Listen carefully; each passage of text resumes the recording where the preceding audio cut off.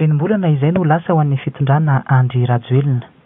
Tafapetraka ihany koa mantsy ankehitriny ny anteny miram-pirenena izay andrim-panjakana tokana tondroy ny lalam-panorenana fa manana ny fahefana hanolotra anarana praiminisitra ho tendreny ny filoham-pirenena.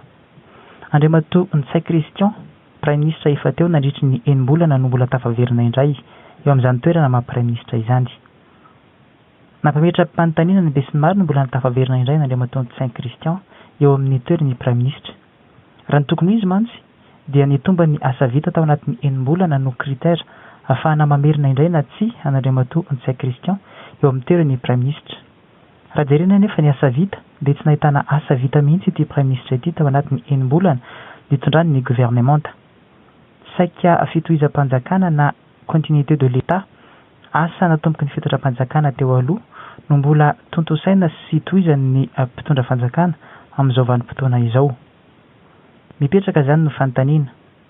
Mbola mandotrosana n'Andriamatoa Ntsay Christian ve Andry Rajoelina hatramin'izao tsika miteny izao ka izao mbola namerina azy eo amin'ny toeran'ny praiminisitra izao indray?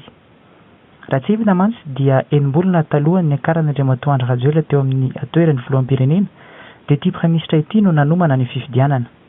Fifidianana izay voatondro ho isan'ny fenosoka sy alabato be indrindra teo amin'ireo fifidianana izay notontosaina teto Madagasikara. Io fifidianana io no nahafahana namerina n'Andriamatoa Andry Rajoelina indray teo amin'ny fitondrana.